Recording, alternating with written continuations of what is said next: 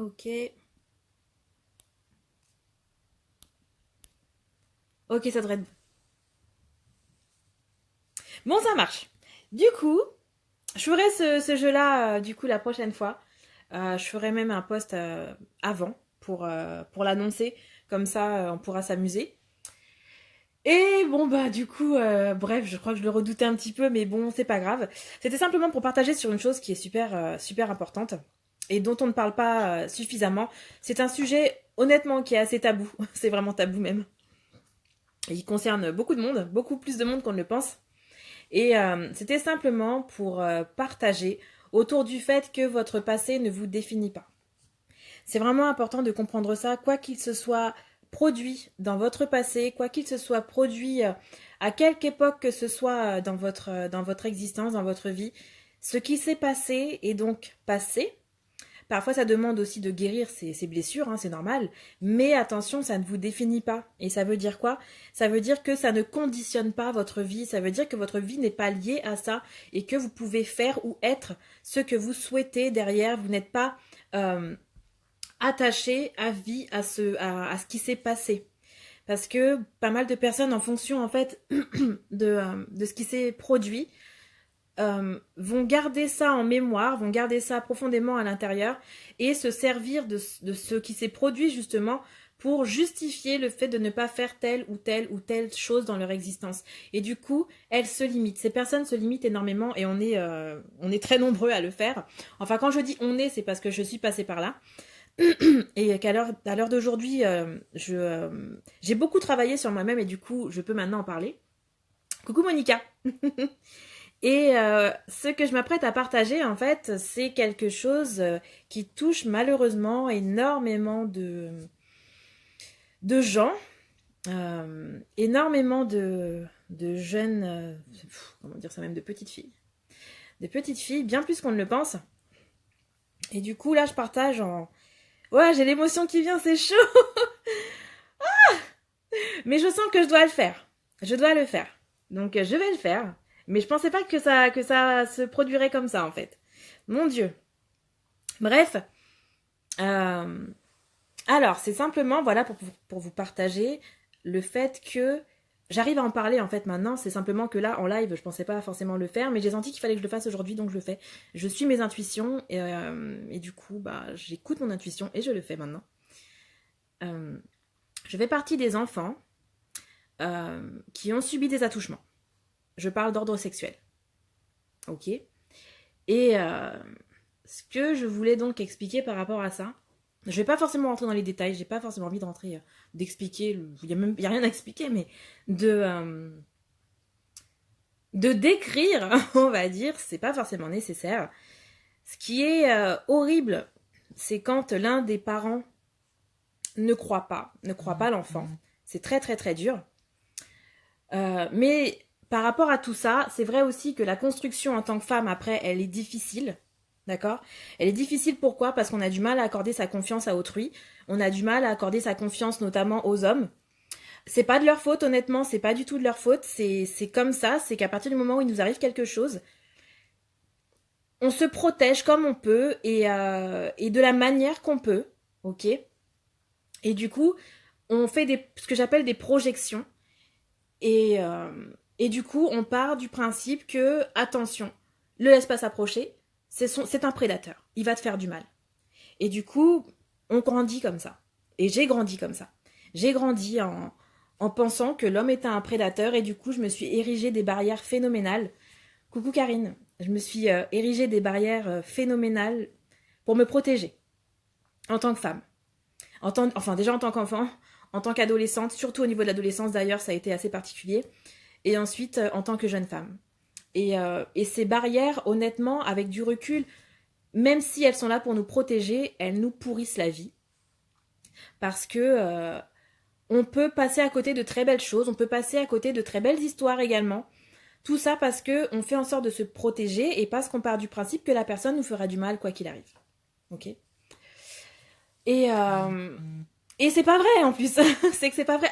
Alors attention, c'est vrai que si on part de ce principe et qu'on y croit profondément, ce sont des choses qui peuvent malheureusement arriver. Parce que c'est comme si on attirait la chose à soi. On l'attire à soi. D'accord? Et pour se défaire de tout ça, c'est beaucoup de travail. Personnellement, en tout cas, ça a été beaucoup de travail personnel, mais intense. Et ça, c'est des choses ça, c'est la face cachée de l'iceberg, en fait. C'est des choses qu'on ne voit pas. On voit pas ce qui se passe.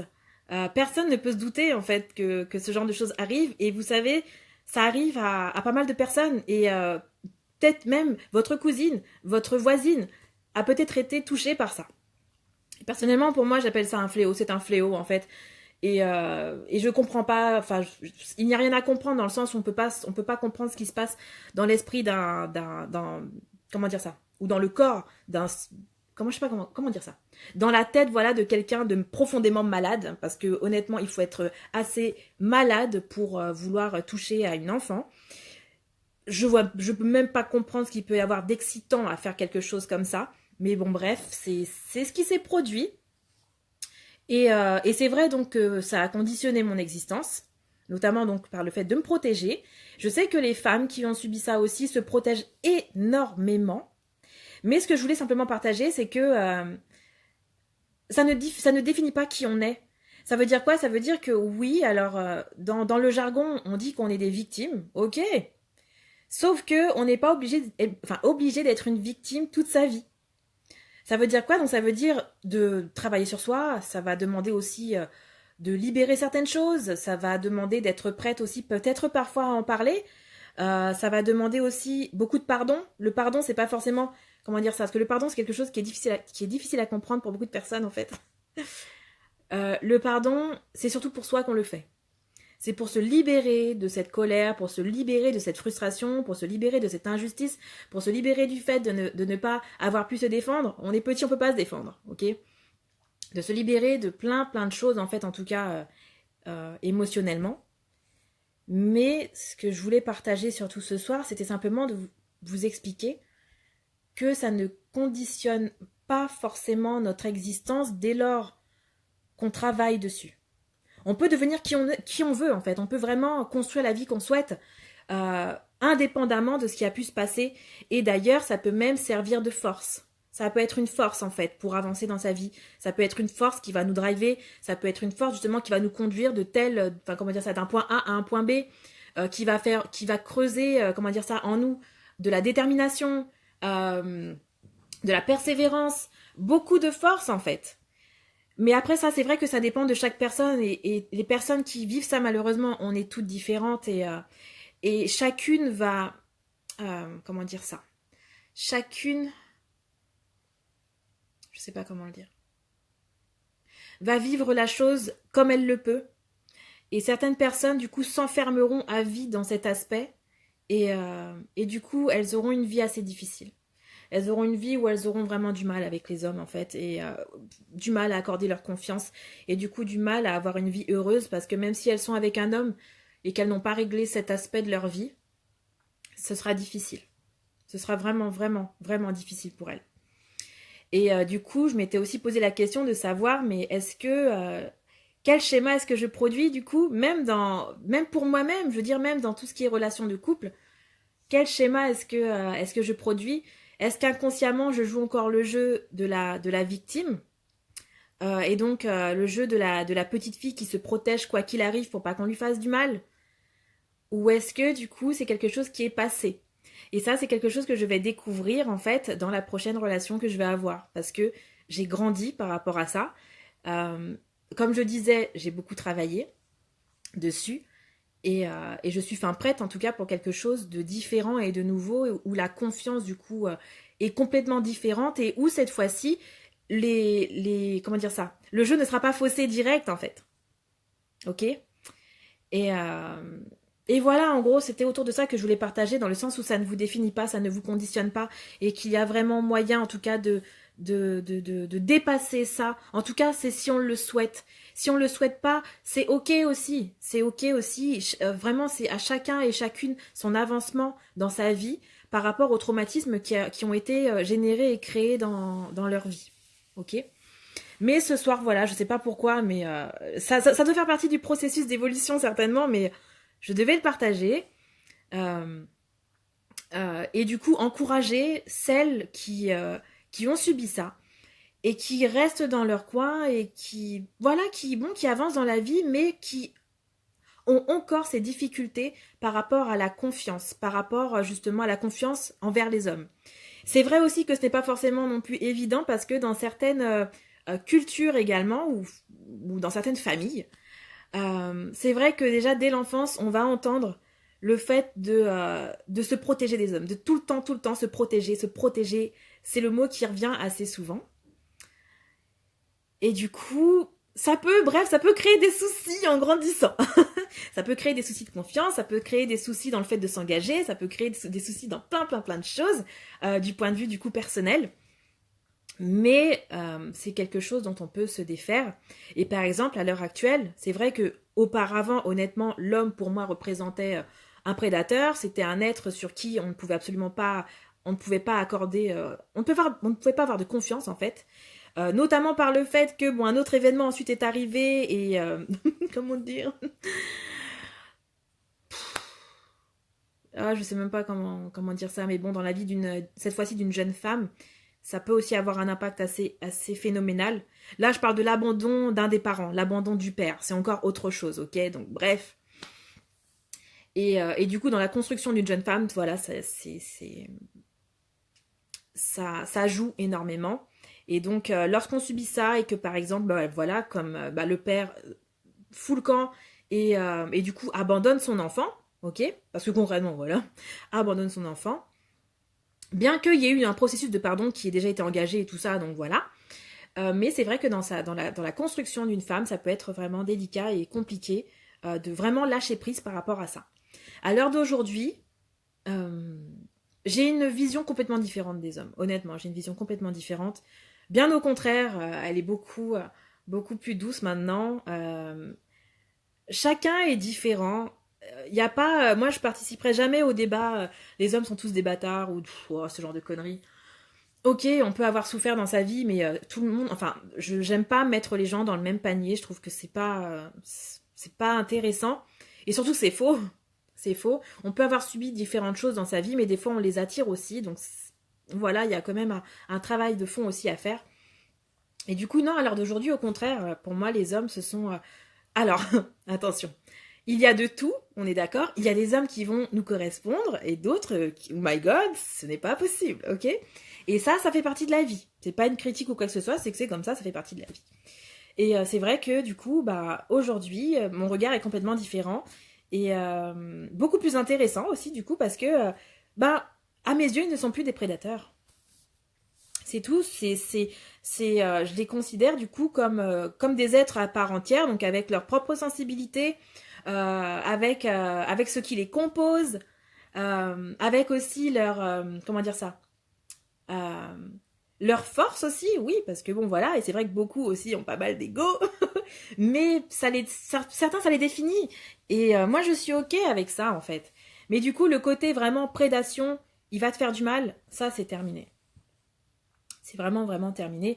Et j'encourage en tout cas toutes les femmes qui ont subi des violences, des viols ou des agressions sexuelles du coup dans leur passé ou dans leur enfance ou peu importe, à aller de l'avant.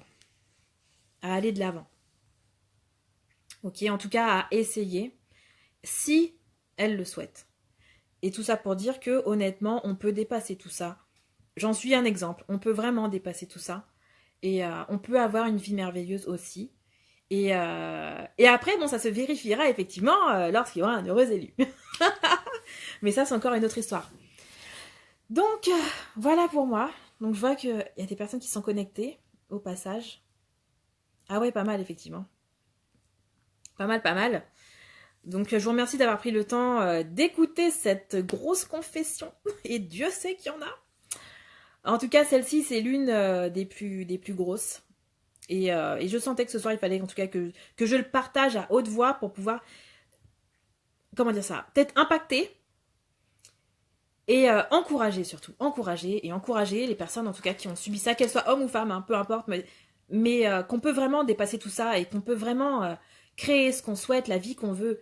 On n'est pas conditionné à ça, ça ne te définit pas. Ok, cet acte odieux, parce qu'il n'y a pas d'autre mot pour décrire un truc pareil, ça ne te définit pas, ça ne fait pas... ce n'est pas toi, ok? Tu es bien plus que ça. Et du coup, j'invite même toutes ces personnes-là à se dévoiler et à faire ressortir leur propre lumière. Ok? Et quand je parle de lumière, c'est du coup, cet acte a été odieux, certes, mais du coup, tu as des choses extrêmement positives malgré tout en toi. Et c'est quelque chose que tu peux partager. Tu peux aider autrui en partageant ou en racontant ton histoire, en les inspirant. Bref, tu peux aussi avoir un rôle en fait dans tout ça. Ça ne veut pas dire que je m'engage dans une cause ou quoi que ce soit par contre. Hein. Là, c'était simplement ce soir un message d'encouragement. Voilà. D'encouragement pour dire qu'on peut dépasser ce genre de choses. Et quand bien même on ne vous croit pas, honnêtement, c'est pas grave. Vous pouvez quand même dépasser tout ça. Ça a été très dur, hein, je vous assure, c'est pas quelque chose de facile. Hein, ça a mis des années et des années. C'est un poids de vivre avec ça. Honnêtement, c'est un énorme poids, vraiment. Mais on peut s'en défaire. C'est comme pour tout. On peut vraiment, vraiment s'en défaire avec du temps, de l'amour envers soi, surtout. Beaucoup d'amour envers soi. Et du travail personnel. Alors, je vois qu'il y a des commentaires. Vous avez vu, je suis moins speed que d'habitude pour le coup. Ah, mon Dieu. Merci Aline. C'est gentil. Oh mon Dieu, c'est un truc de ouf, j'ai les larmes aux yeux. Waouh! Je pensais pas que... Je maîtrise toujours mes émotions. Mais je pensais que c'était vraiment terminé. Et je vois en fait que, mon Dieu, que c'est en train de venir. Waouh! Enfin bref. Ouais, effectivement, Yasmine. Ouais. Tu as tout à fait raison.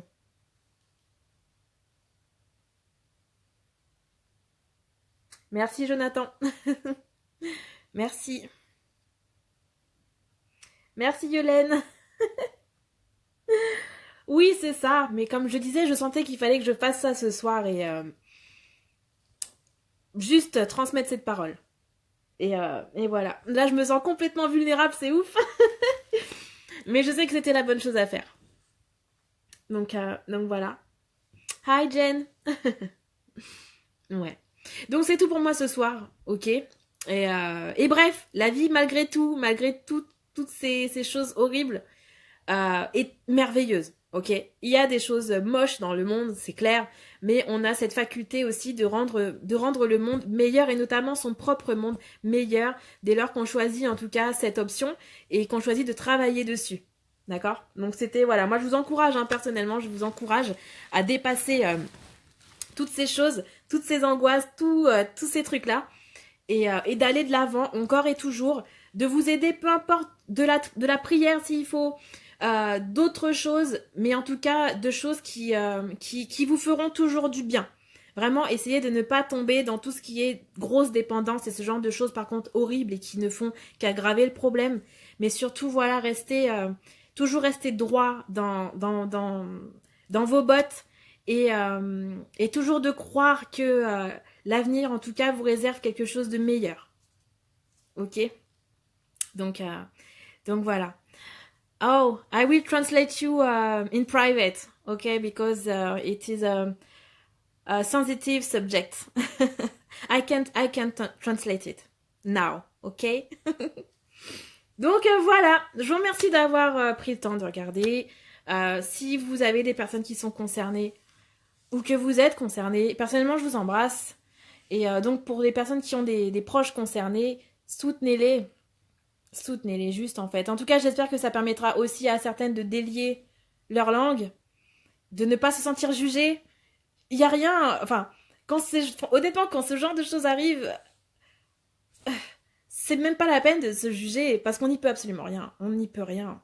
Ok, ça arrive. Et des fois, on ne sait pas pourquoi ça arrive, mais ce que je peux vous dire, c'est que c'est quelque chose qui peut vraiment, vraiment vous rendre bien plus fort et vraiment meilleur. Donc, ça crée une force en tout cas. Ok, en tout cas, si on le perçoit comme ça. Ok. Wouh, voilà, c'est tout pour moi ce soir. Donc, je vous fais des bisous. Coucou Peggy, coucou aux personnes qui se sont connectées. Donc, encouragez vos proches, en tout cas, pour les femmes qui sont concernées. Ou même les hommes, des fois, il y a des hommes concernés aussi. C'est encore plus dur, je crois, pour eux, par rapport à leur sensibilité. Et voilà, encouragez-les juste. Voilà, tout le monde. Mais écoutez, je vous embrasse et je vous dis à très vite. Je reviens normalement demain parce que j'ai quelque chose de prévu demain. Mais sur un sujet du coup qui ne sera pas aussi personnel. Là, waouh, ce que je viens de vous partager, je lâche une bombe en fait mais j'en avais besoin. Donc voilà. Je vous embrasse. Bisous bisous.